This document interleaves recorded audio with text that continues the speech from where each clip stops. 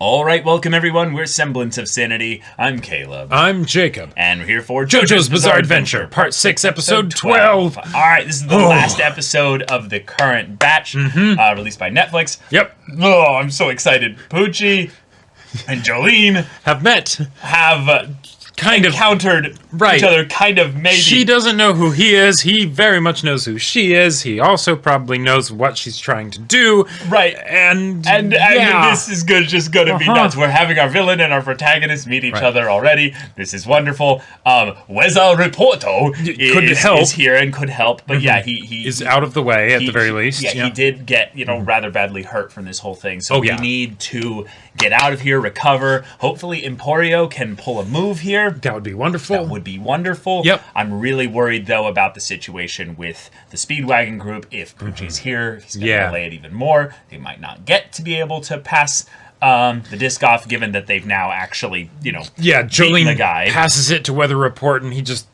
flings it at a drone that flies overhead or something like that, where she deals with Pucci, or I don't know. Yeah, Weather Report is probably going to be the MVP here, because these two are either going to have a one-on-one fight, or they're going to have an awkward conversation with all that tension and stuff. I would love to have that kind of verbal cat and mouse, one is not aware of the other kind of a thing going on. That would be awesome. That would be so good. That'd be Jolene using her Jotaro powers of observation and everything. Catching him in maybe like a weird lie, or your pulse quickened, Why weren't you? Why were you talking about that person back here as if you knew them? Either you think I'm hot, or you're lying. But yeah, really, really excited to get this one. So just without further ado, let's get into it.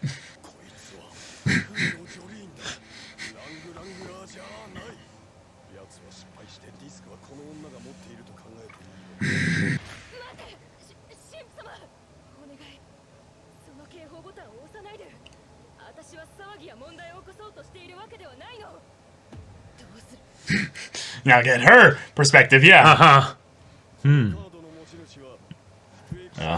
try and get that kind of info out of her.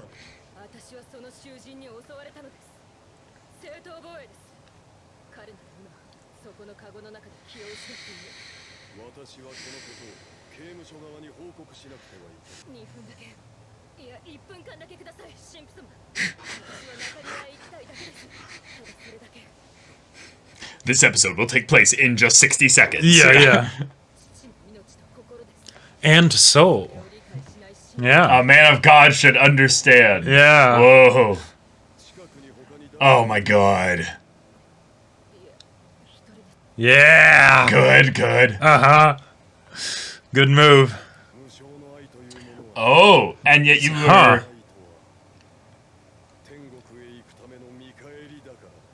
Oh. Whoa. Go. Oh shit. What? Okay. Oh no. Yeah. Oh no. Nice. Makes sense. Cool. Weather report. Let's go. All right. Quickly. Unless...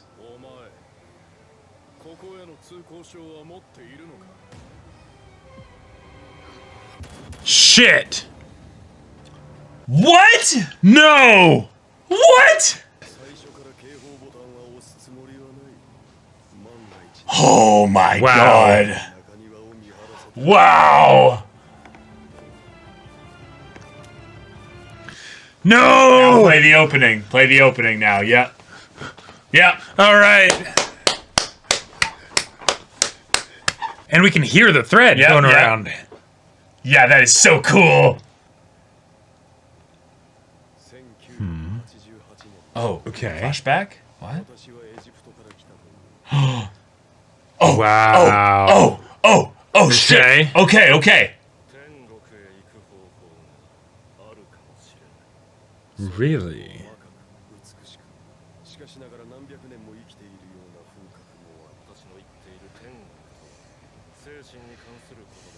Okay.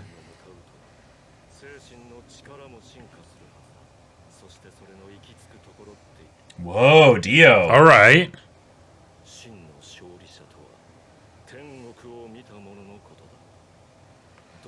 Okay.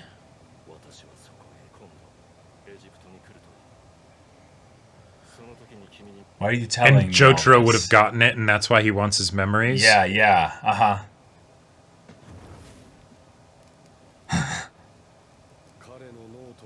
Shit. Uh-huh. Gotcha. After reading it, probably. Yeah. Alright. Oh. Ho ho. You know, Emporio could also get the information. Mmm.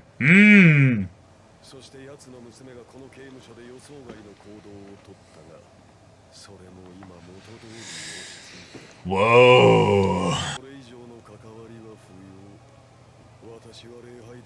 Well, he doesn't need to do anything. Yep, doesn't want to get himself revealed. Shit! Come on! Come on!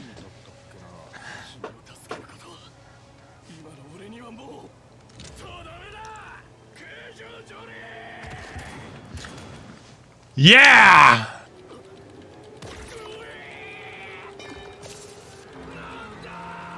Is this FF?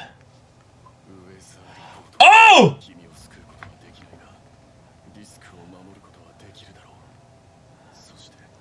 What?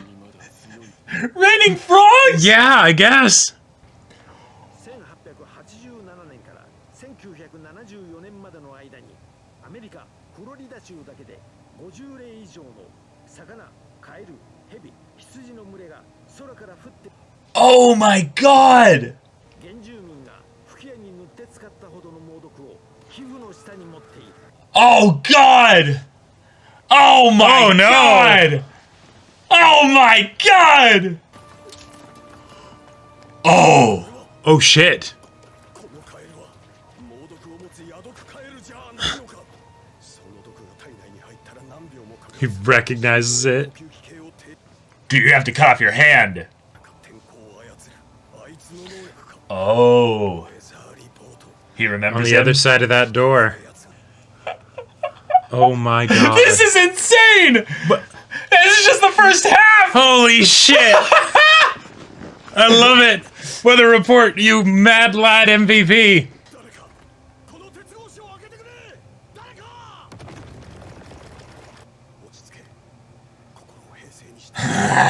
Wow. Oh, cool. Yeah, yeah. There's an element of divinity to them. That's why he's counting them.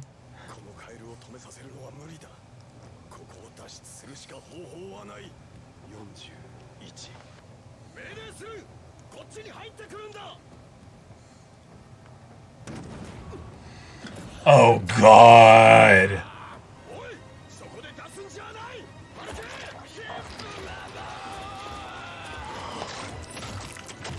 Oh, my God. Holy shit! Oh! Oh, no. shit! Oh damn!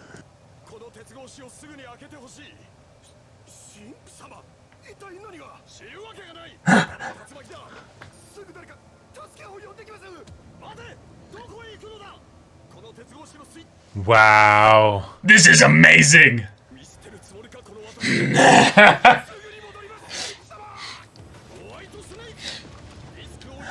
Oh, shit. He's going to throw it at him? No way. Oh, he's going to give a frog a disc.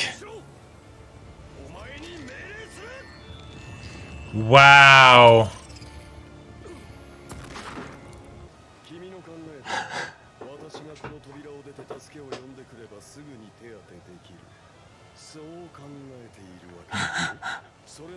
Yeah, come to me and I will grant you salvation. Oh my god.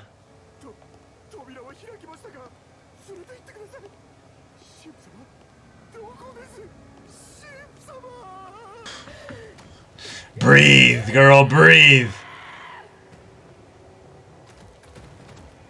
Alright, stopping.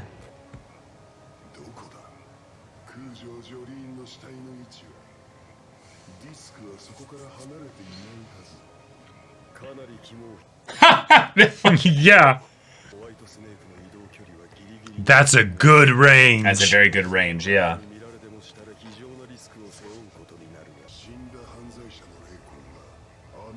Wait. Wait. We're getting debated here. There's No, I know, way. but how? Yeah, I know.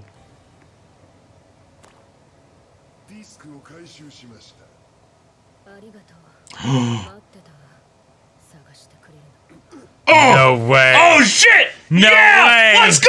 All right. Let's go! They weren't actually touching her?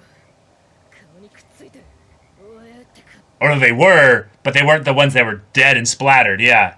Oh, okay, gotcha. Ooh! Yeah! Speedwagon Foundation, nice! Alright! Cool!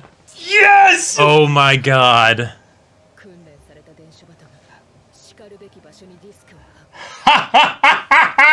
You can't do shit about this Yeah. now!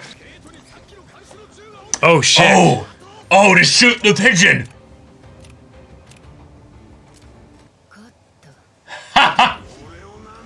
But she's potentially in danger.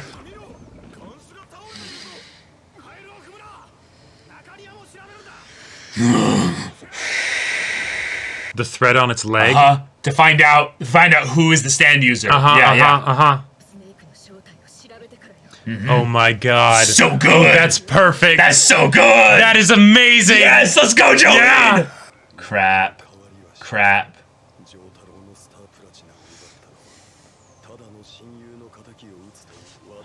Oh, I can't wait to get into that. Yeah, that's gonna be so good. Okay. Oh, that transition. That nice. that was really cool. Yeah.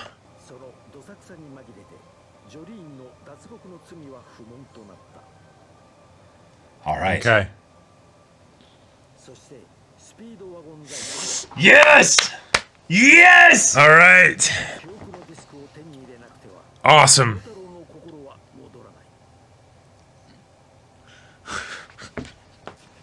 What an episode! Wow. Wow! And people have been waiting on that for, what, a month or a few months? Yeah. Oh. Oh. What? What? No. Holy shit.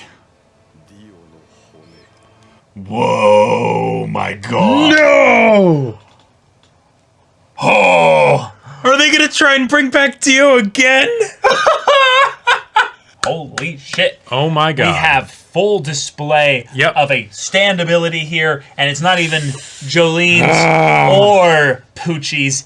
It's freaking Weather Report! Weather Report. Saving the day, bringing like a plague from Egypt! Yep. Mm-hmm. Oh yeah. To bear here. I really loved the whole like aspect of where this went full on like biblical practically, where it's like. But then like the frogs are randomly like poison frogs from South America. It's like, how did they get to Florida? Who knows? No. See, Weather Report. All he has to do is have a report of this type of weather event happening, and then he can micromanage the details. Right, exactly. Yeah, he's just like, fuck it, this is the best thing I can do. But these frogs are going to be poison frogs, Right. Okay, awesome. Love it. That's so cool. Yeah, it's because okay. But the fact that it hits everyone. It hits everyone, yeah, exactly. It's just desperate. Like, because there's stand battles where it's like, okay, what are each of the players going to do, right? But it's very not precise. And yeah, like very specific. precise. And Weather Report can be precise for sure. Yeah. But one of the things that I think Araki has experimented a lot more with in later parts, specifically in part 5, is the idea of having an environment where the environment is also part of the battle, right? And it doesn't care about sides or anything like that, right? It's just something that you have to navigate, right?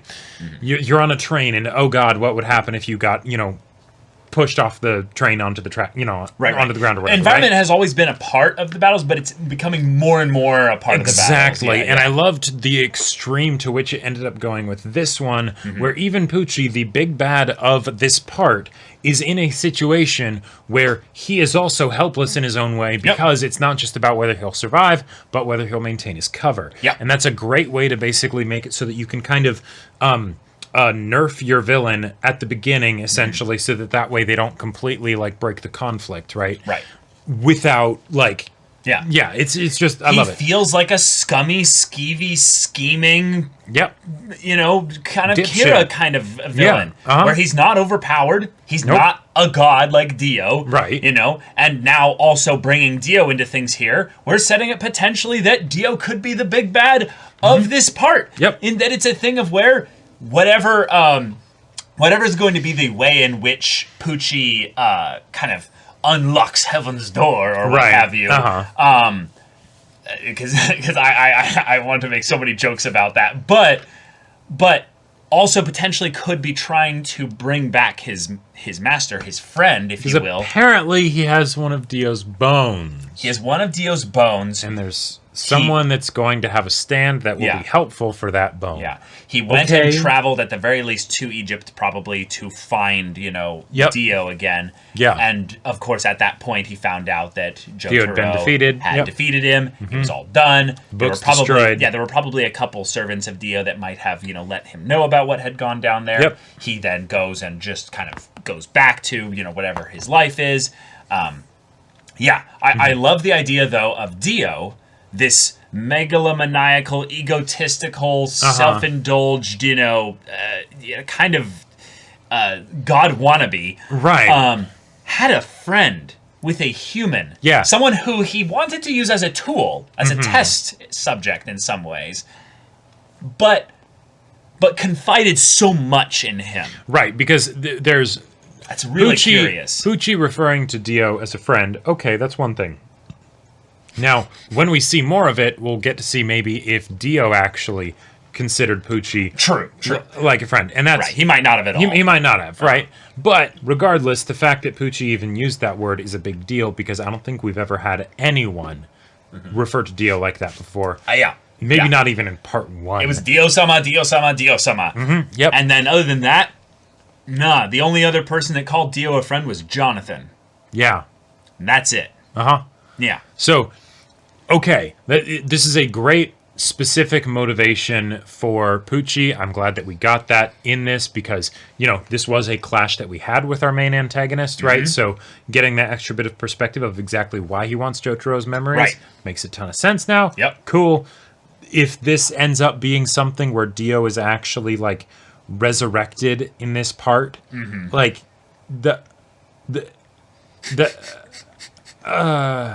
yeah, that'd be crazy. That would be nutty. That'd be absolutely insane. That'd be insane. Okay. Can we recap a little bit so we know where everything is at right now? We've got Pucci cover kept. Yes. He got out of this, but he lost Star Platinum's disc. Right. That is headed to the Speedwagon Foundation right now. Jolene is not getting punished for her escape attempt because of all the the chaos madness, with the madness of all this. People are like, frogs literally fell from the sky. Right. Poison frogs, too. People are going to be going to the chaplain and be like, Father, explain, why did God curse us this day? Multiple guards probably, I believe, died from that. Two of them. Two of them died from that. And it was not a prisoner thing. It's just crazy shit happened. Of God, yeah. Florida, baby, right? And then, okay, what do you do? But, I love though the idea that the villain is trying to seek heaven, and then in this moment, blight falls from the heavens. Sure. There's so many jokes I want to make about the heaven thing, but okay. Weather Report was awesome. Weather Report is God tier level stan. Oh, and this is something that once we knew he could control weather, our minds immediately go to one of the strongest examples in fiction of a weather control person, Storm from X-Men. From X-Men, yeah. And Lightning she is literally a god tier X-Men. Like she is crazy powerful. Stupid powerful when she's at her utmost. So we're like, oh, well then Weather Report is going to be one of the potentially strongest stand users. He might die really early to keep his crazy power out of the plot. And we don't know what happened to Weather Report. That's His true. stand stopped raining the frogs. We don't know what happened to him. I hope Weather Report is not dead. I hope he's not dead. But we that were is just something that we're going to have to wait and see what goes on there. Because I'm going through the last bit of the episode here, and I'm guessing maybe Emporio helps him.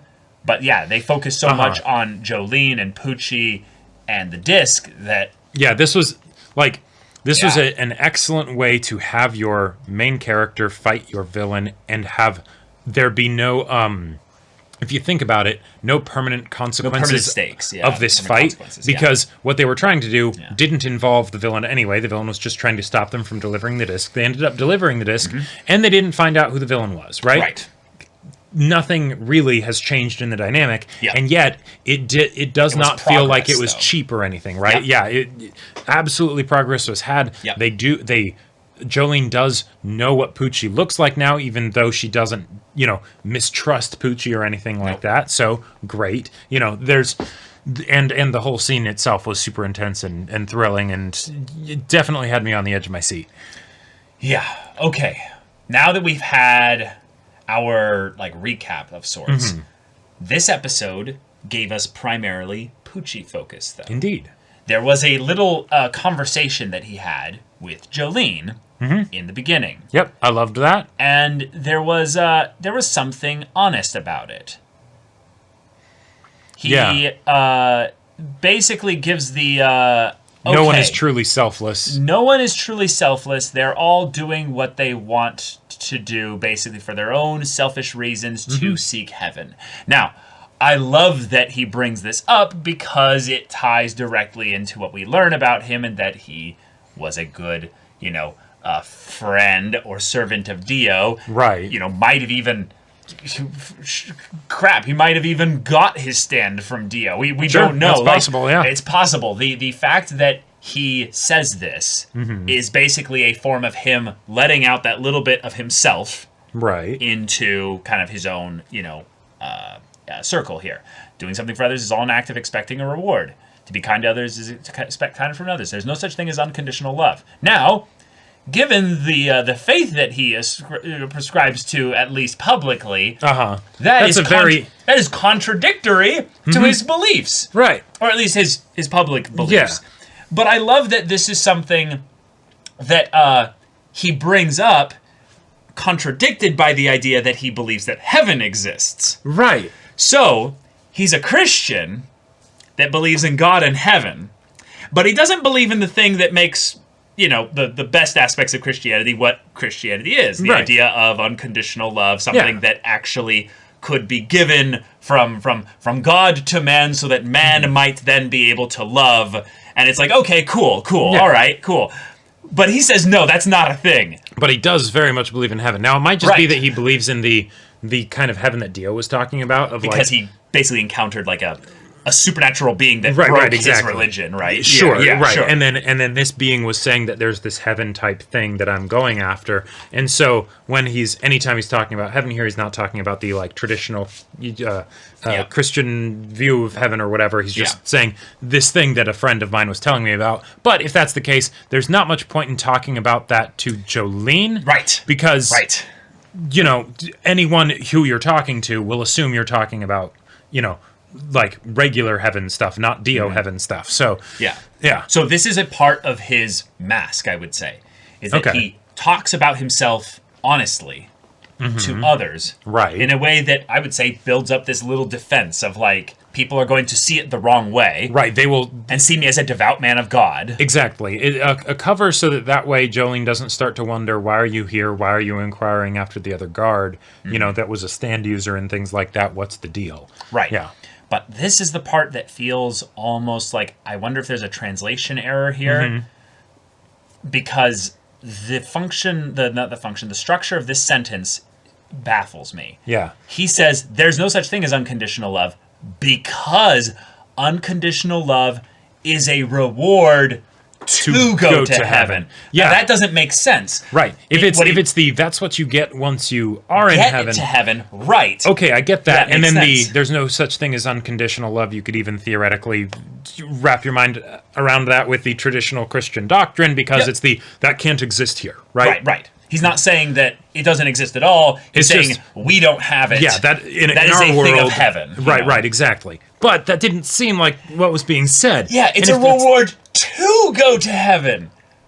So, bro, you kind of fucked in the head, because I don't even think you understand what you're really getting at here. And it could totally be a translation thing, but even if this is what he actually believes, this is something worth, and I'm very curious to get more of Pucci's perspective, right? Because having having characters care about stuff a lot is generally a very good thing, regardless of what kind of character it is, what kind of thing it is they're caring about, whatever. And for villains, that's something that is especially important because oftentimes that doesn't happen, right? They're just sort of the bad guy to thwart the main character. Right. But in a lot of ways, their motivations need to be almost even stronger than the main characters, because sometimes the main characters can sort of just be that reactive thing where they don't force conflict. They just try and stop the villain, right? Exactly. So in this case we need to buy here, his reason to start conflict. exactly. And given that, we're not sure exactly of how genuine his faith is versus just the I now maybe worship Dio as my new god or something like that, right? Which could totally be the case. Either way, it's an interesting thing to get into because Pucci as a character, I find him really compelling. I do too. He's a religious Kira. Well, he's a religious Kira, and Kira had limitations, right? Yes. Dio is the I am magnanimous, I chew up the scenery and everything. I but am Kira, divinity. Right, but I Kira is call myself Dio. right. But Kira is the one of, oh shit, I accidentally gave a hand in a sandwich bag instead of a sandwich in a sandwich bag. Shit, what am I going to do, right? Right.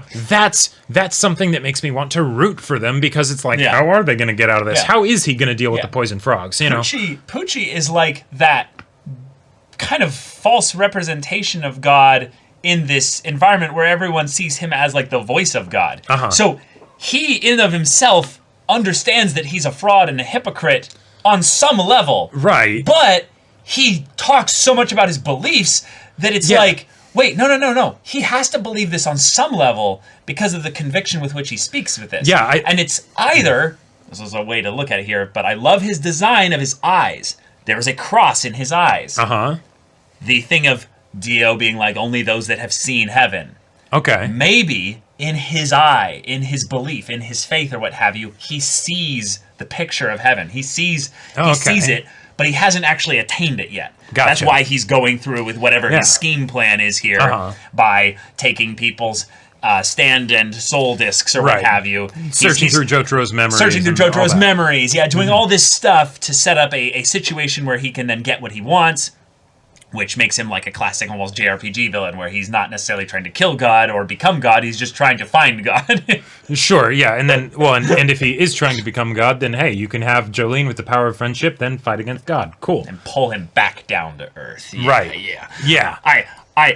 I just he stole the show this episode. He really did. And it's not even close. Because even though we can wonder what exactly his theological beliefs are and stuff, because we haven't gotten into that too much. Sure. His philosophical beliefs that are kind of parallel to maybe his theological beliefs. Is that he sees humans as so lesser beings. Right. Yeah. Every time he goes on one of those monologues, I absolutely believe that is what he thinks. Right. Like this. That is not necessarily part of some act. It's something that he channels in order to make people see him as just the priest.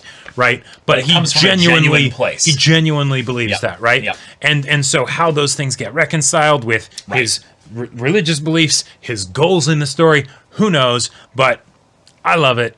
Yeah.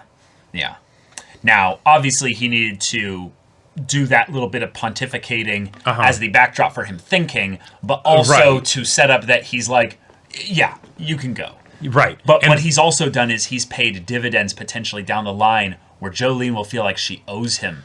Sure, or trusts him. Or trusts him. Yeah, he did this for her. Right. And this is, I'm sure, how he manipulates the prisoners and stuff in general as well, is he'll do little things for them. Oh, yeah. And then they confide in him, give him more stuff that he can then, use later. I cannot wait for the moment when Jolene ends up actually talking to him on a semi-regular basis in his chapel or whatever. Yeah, or like a confession booth or something. Yeah, exactly. Yeah. And she still doesn't know who he is, right? And he's just like, oh shit, keep it cool, he has to, prime numbers, ask questions without being too prying, he has to be very very subtle. A ton of fun stuff could be got into with that. But one of the other things that I appreciated from this episode, and I wanted to give it special shout out, is why he let her go. Yeah. Right? Because one, he had the guard at the courtyard, cool, makes sense. But also, he knows that someone else is here. Yeah. Right? And the thing is that even if he could kill Jolene, which he definitely could if he got her by surprise and everything, right? Sure. Yep. Someone else would see him. Yeah. And while it's possible that he'd be able to find that person and kill them as well or whatever, he doesn't know what their stand is. He doesn't know what their stand is or anything like that. Who they are at all. And you do not get to this place by taking risks, exactly. Right? He is thorough. He is careful, right? He is calm and collected. Yeah. So, okay, this is a problem. He knows his own limitations. He knows his own limitations, exactly. Smart. And that's something that I really appreciate. And it's also something where he knows it's not too big of a deal if Star Platinum gets out. Yeah, I've still got the memories. I've got the important one. They won this one, but they didn't win the war. Right. That's okay. And as a, like, this is the batch that we've gotten from Netflix and everything like that, ending here feels like such a win of, yes, we did it, we got this, and then it's also like, this is what we're up against. This is what we're up against. Holy shit. Oh, and by the way, a Dio bone. One of the things I was kind of wondering is I was like, okay, from a marketing standpoint, couldn't that be a little bit like, if we're going to have this part be split up, JoJo's Part 6. Oh, hell yeah. JoJo's Part 6 again. Like, would that generate maybe less buzz or something? How do you keep that up? How do you make it so that people are going to be waiting for that next batch to drop? Well, and I'm sure, it's going from source material, so however this works, I don't know. Like the bone thing, it's not like it's something that they chose to add. But the fact that that's there as a, by the way, this is just a thing that you have to look forward to because Dio is going to potentially be involved in this part in the future. Right. Even if Dio doesn't come back, even if it's just a thing of where maybe the final fight takes place in heaven and like Dio is there, like Jotaro is there, and it's this whole like, epic 1v1v1v1 where it's like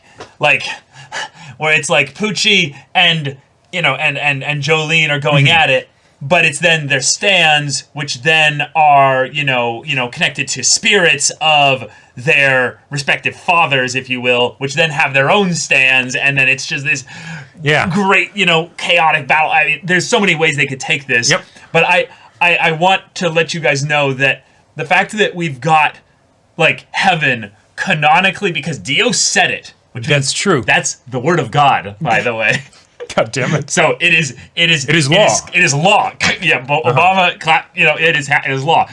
That means that not only is that a thing, right, but we are now recontextualizing every moment where we've seen spirits. That's true. And stuff. That is very leaving true. Bodies and stuff, having a canonical destination that they're going, and we could see tons of dead characters again that we haven't seen in Iggy forever. Exactly. Yeah. Sure, Iggy. Not Joseph, because he's still alive, obviously, of course, somewhere Joseph's out there. Still alive. No. But plenty of other characters that we could see, and if this is basically the big kind of fantastical element that Part 6 introduces, my brain has been waiting for things to go way crazy. Yeah. And I'm getting the vibe of, okay, this is Part 6's big thing. We had the stand arrows. We had all kinds of stuff with like maybe some goofier things with Part 4 having like an alien or something like that. But like, what do future parts of JoJo's have if Part 6 gets heaven? Because one of the things, like, okay, I don't know anything about future parts, but the one thing that I had heard is that when people would talk about what parts they thought were the best, it would generally be people talking about, like, Part 2 and Part 7. Those are the ones that I would most often hear. Gotcha. And that always made me wonder kind of like, okay, why? And like, okay, maybe the energy of Part 2 is, is something that's sort of there in Part 7 or something like that. Yeah. But the fact that we're getting stuff like this, Dio's Bone, talking about heaven and shit, and this is just in the first third of Part 6, what kind of batshit crazy stuff is Araki going to do for Part 7? Yeah. Or just like, how do we even take heaven as a concept, as an idea, and just bring it into the story in any kind of visual capacity? Sure. Like how do you draw that? How do you make that be a thing where we're invested in the conflict narrative or what have you? Because that's essentially a kill version of let's go to space and make things that ridiculous. I mean, we literally had the Egypt plague of frogs, raining from the sky. So I mean, right. Who knows? Yeah. And if right. that's the case, then what happens when Rohan goes there? Knocking on heaven's door. I mean that's the thing. I very much almost want there to be a thing where it's like, I've got the file in this guy. Right. But everyone I've sent just, never returns, or what have you. Yeah. Oh, right. man. But yeah, y'all, thank you so much for watching this episode's reaction and discussion. If you want to see the full-length timer version of this reaction, go check out the link in the description below for our Patreon. Any level of support there gets you access to our Discord, where you can chat with us and the community there about this show, about anime in general. And because we don't know when the next batch of episodes is coming out, we'll be reacting to those once they come out later. But yeah, also be sure to check out our Twitch channel. We do streams every weekday. The info for that is in the description. Yeah, so if any of that interests you, we'll see you there. But until then, we're Semblance of Sanity. I'm Caleb. I'm Jacob. And we'll see you all next time.